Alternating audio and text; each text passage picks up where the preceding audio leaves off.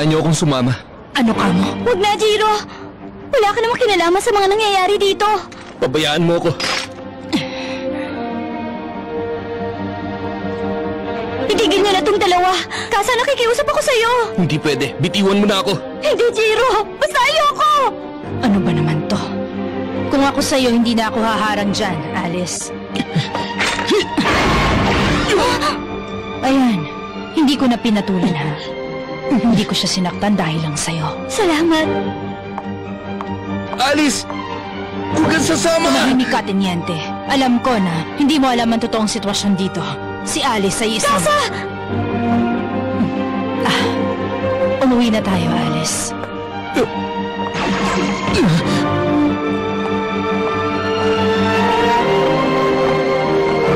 Alice!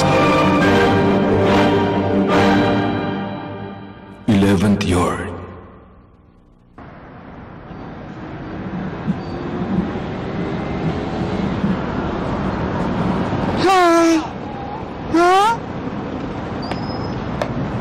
Gusto ko na talagang bumalik sa kwartong yun. Pagluluto kaya ako ni Mimi ko ng hapunan. Ha? Tingnan niyo isang yan! Ayos, mukhang anak mayaman. Kanino kaya ang anak yan? Sino ba kayo? Kami? Di mo na kailangan malaman, bata. Teka, marami kang pera, di ba? Bigyan mo naman kami kahit konti lang. Kung hindi ka susunod sa gusto namin, hindi kami magdadalawang isip na ibenta ka sa mga bumibili ng bata. Salbahe pala kayong tatlo! Hindi ko kayo mapapatawad! Tuturuan ko kayo ng leksyon kaya humanda kayo! Aba, matapang ang isang ito. Gusto yata magulpi. Oo nga. Kailangan mo ng dress back?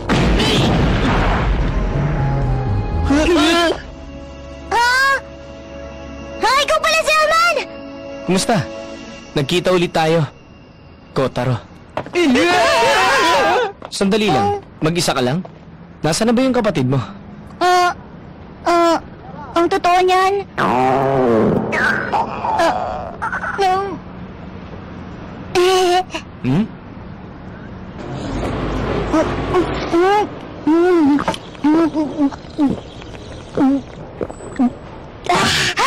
Maraming salamat, si Elman! Busog na busog talaga ako! Huwag mong kalilimutang nilibre kita ngayon. Dahil sa ramin at pagtulong ko sa'yo, may listahan ka na ng utang sa akin. Nasasabik na ako. Kasa ang itim na ahas pala. Bakit parang masaya ka yata? Hindi ko kasi nakita ng personal ang palabas niya sa Hong Kong. Siguradong magiging masaya to. Teka muna sandali, Zelman. Nanganganib na yun ang buong special zone. Parang hindi ka nag-aalala sa nangyayari. Bakit mo pinoproblema yon? Alalahanin mo na muna ang sarili mo, bata. Nawawala ka ngayon at hindi mo makita ang kuya mo. Yun ang dapat mong alalahanin. Hindi naman talaga ako nawawala ngayon. Gusto ko lang makita si Mimi ko kahit sandali. At ano naman ang kailangan mo sa babaeng yun? Naisip kong baka pwede niya kausapin si Kuya Jiro para kumbinsihin siya. Kumbinsihin? Bakit mo gustong gawin yun ni Mimi ko? Hindi ko rin alam pero pakiramdam ko yun ang dapat kong gawin. Parang di maganda kung magpapatuloy ito. Hindi pwede yun! Pero baka naman nagkakamali lang ako. Hindi ko naiintindihan yung mga mahihirap na bagay. Hindi katulad ng Kuya Jiro ko. Hindi. Nagkakamali ka. Ha? Dugo pa rin ang pinaka-importante sa mga katulad natin. Yun ang tandaan mo, Kotaro. Yun ang katotohanan sa ating mga black blood na hindi maitatanggi kahit na anong gawin natin. Kahit gaano kakalakas, mahirap pakinggan ang boses. Pero, kung pakiramdam mo nalilito ka na, hindi naman masama kung makinig ka sa ibinubulong ng dugo mo. Subukan mo makinig. Hinding-hindi ka tatraidorin ng dugo mo. Kung hindi ka magtitiwala sa dugong dumadaloy sa katawan mo, tsak babagsak ang bloodline nyo. Pakinggan mo sinasabi ng dugo mo. Sana maintindihan mo, Kotaro. Dahil ganun dapat mabuhay ang mga black blood. Maraming salamat sa iyo, Zelman!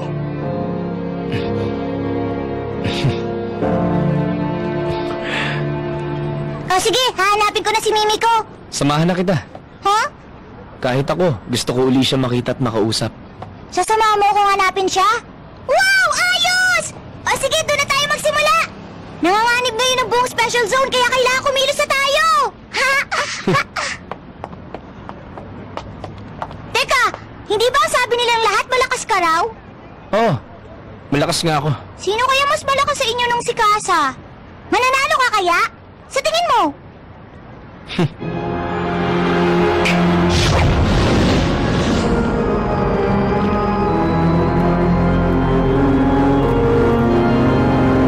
Hindi man lang ako pinagpawisan.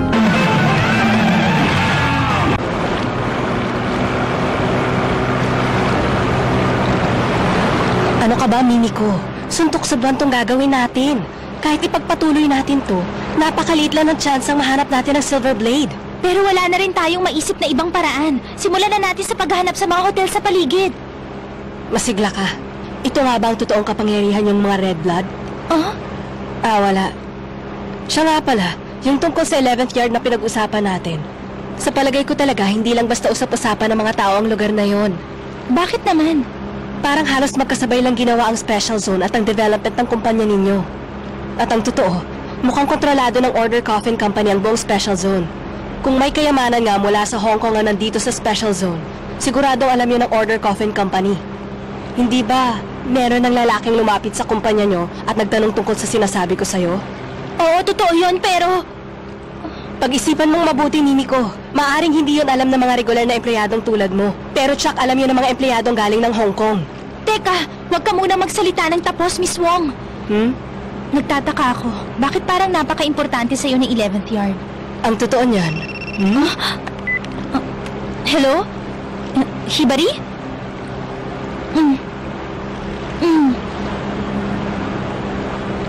Teka, medyo lakasan mo ang boses mo.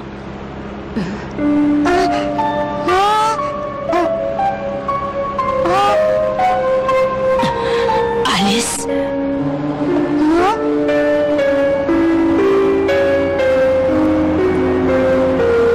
Nakuha ko na. Maraming salamat sa'yo, Hibari. Yung tirahan ng informer, mapupuntahan na natin ngayon. Miss Wong? Ano ba naman yan? Hindi man lang siya nagbago kahit na konti lang. Bakit? Nako, pasensya ka na sa akin. Meron lang akong biglang naalala kaya ako natawa ng ganun. Ano, nakita mo na ba ang address niya? Oo. Puntahan na natin yun. Mabuti pumunta ako. Napaka-interesante ng lugar na to. Yung babae nga sa bangka, kilala mo ba siya? Ha? Nakita mo sila? Oo, pero saglit lang. Naka-order Coffin Company uniform yung isang babaeng sakay ng bangka. Sa palagay ko nga si Mimiko yun. Ha? Naku, paano na yan? Sundan natin. Sige! Nakakapagtaka. Parang kilalang-kilala ko na yung isa pang babaeng nakita kong sakay ng bangka.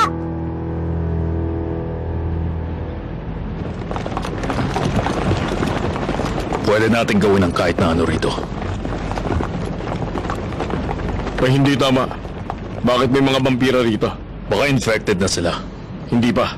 Hindi pa Kowloon Children ng mga yon. Kung ganun, ano ang target? Nararamdaman ko na.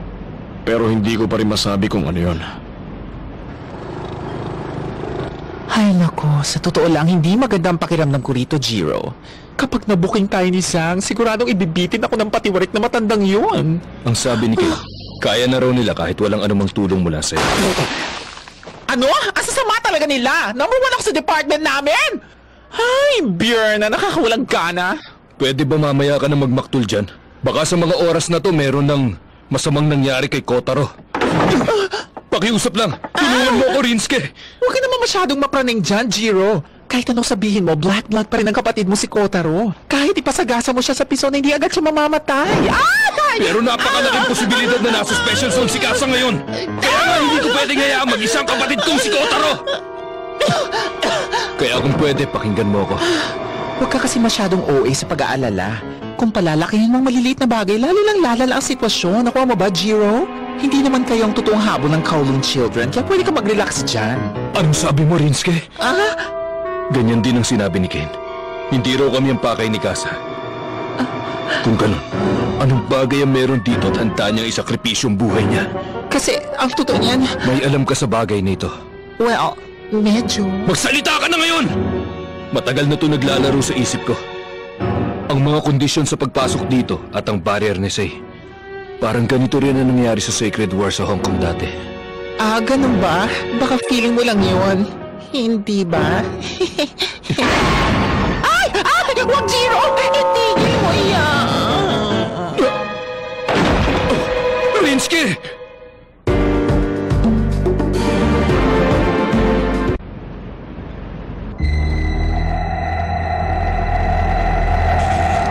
Sugod!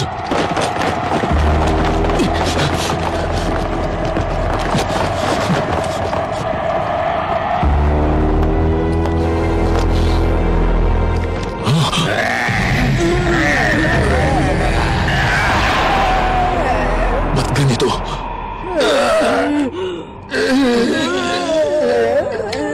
Nakagat ba sila? Mali ka. Kung nakagat sila, malamang nagbago na sila ng anyo kanina pa. Ang aga niyo naman.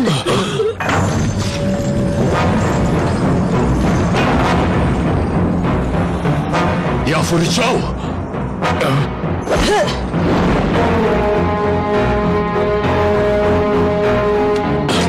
Silver! Nakuha ko na. Matalino ka rin pala. Patikim pa lang yon. Fire!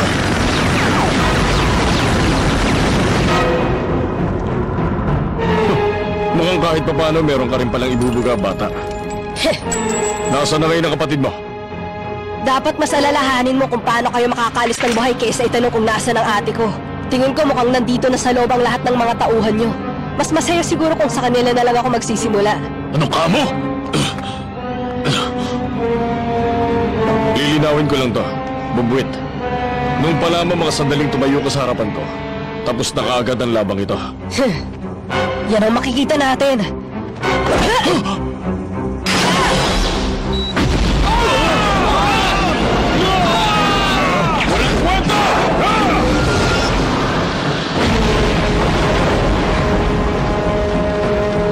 Hahabulin ko siya. Kayo nang bahala rito.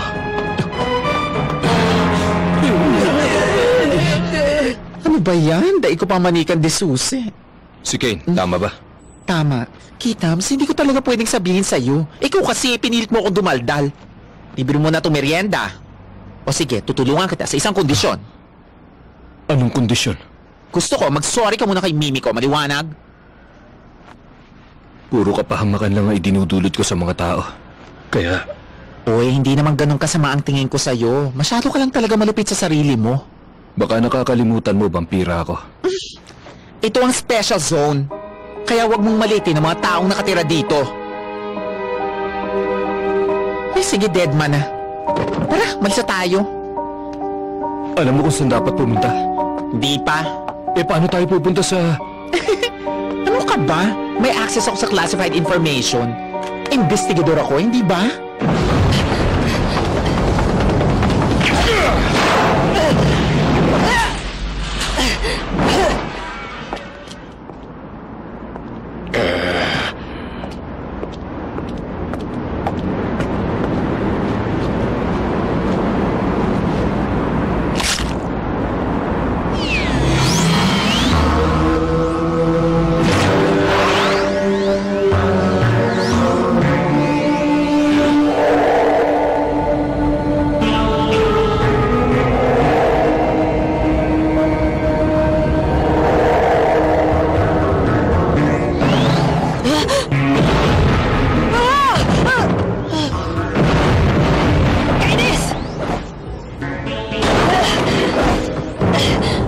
Nakabuntot pa rin siya.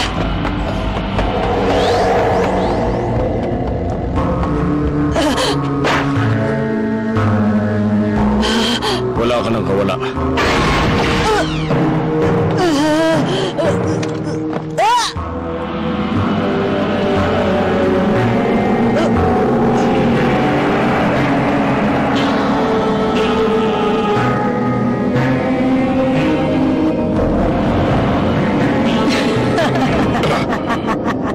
Sinabi ko na nga ba't darating ka, Kay.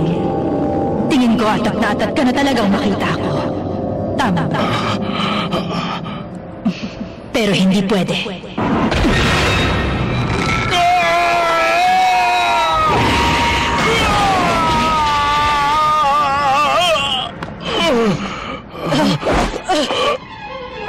Galing ka nga sa bloodline ng ate ko.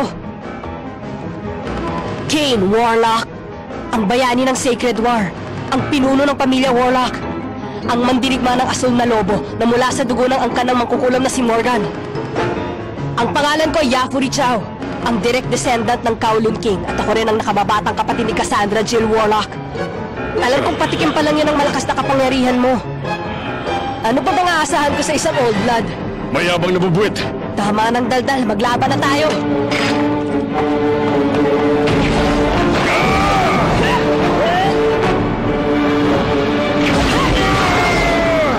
Ang batang ito, magaling siya. Baba ka na!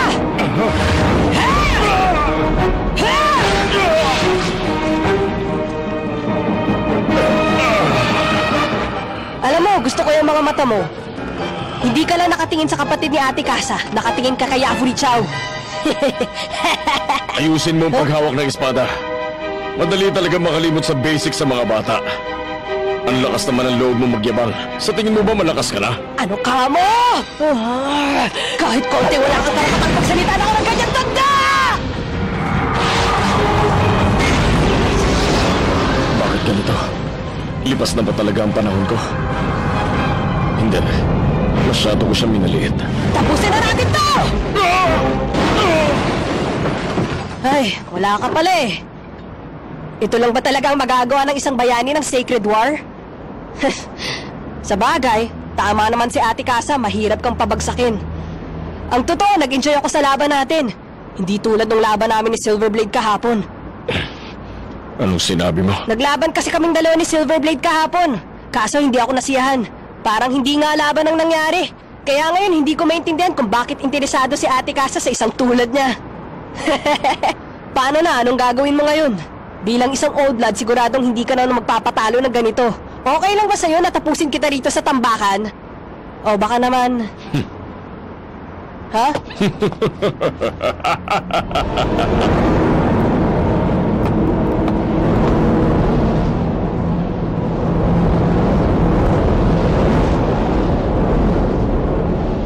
Masyado ako nasabik makipaglaban kaya nakalimutan ko ang isang mahalagang bagay.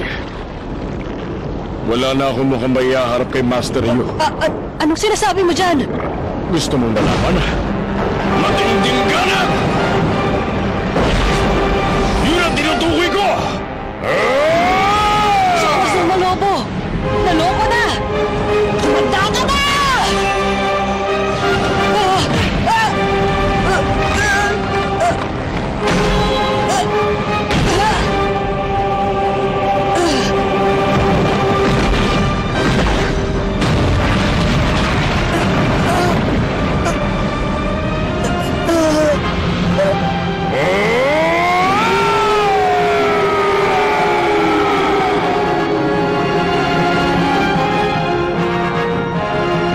Na ang laban.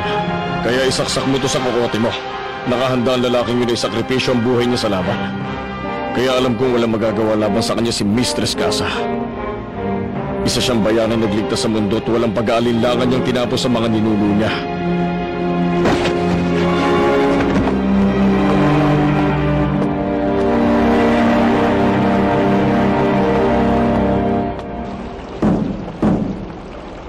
Magandang hapon!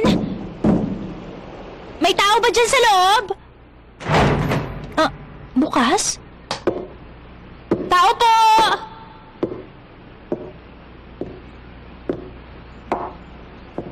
Ay! Naku, pasensya na kayo. Bigla na lang kaming pumasok dito. Galing ako sa Compromiser Division ng Order Coffin. Buhay pa naman siya. Nawalan lang siya ng malay. Kinagat ba ng vampira? Hindi. Wala naman siyang marka ng kagat. Bakit malagi na lang siyang ganito?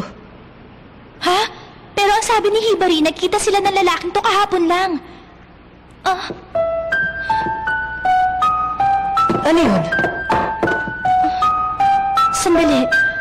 Mga dugo ito galing sa Black Bloods. Imposible to. Nagpapasok sila nito sa Special Zone. Hindi kaya lahat ng kahon dito. Lobat na ako. Gamitin mo tong akin. Salamat sa'yo. Hello, Chief. Si Katsuragi to. Nasa 4th yard ako ngayon. May nakita akong kahon-kahon ng dugo ng Black Bloods dito. Magpadala kayo kaagad ng tao rito. O sige, siya nga pala may babaeng naghahanap sa'yo dito. Basta gusto ka raw niya makita ka agad. Ha? Eto, kausapin mo siya. Chief? Babae? Hello, Mimiko? Ako ito. Si Kelly Wong. Bakit? Hello, sumagot ka. Mimiko?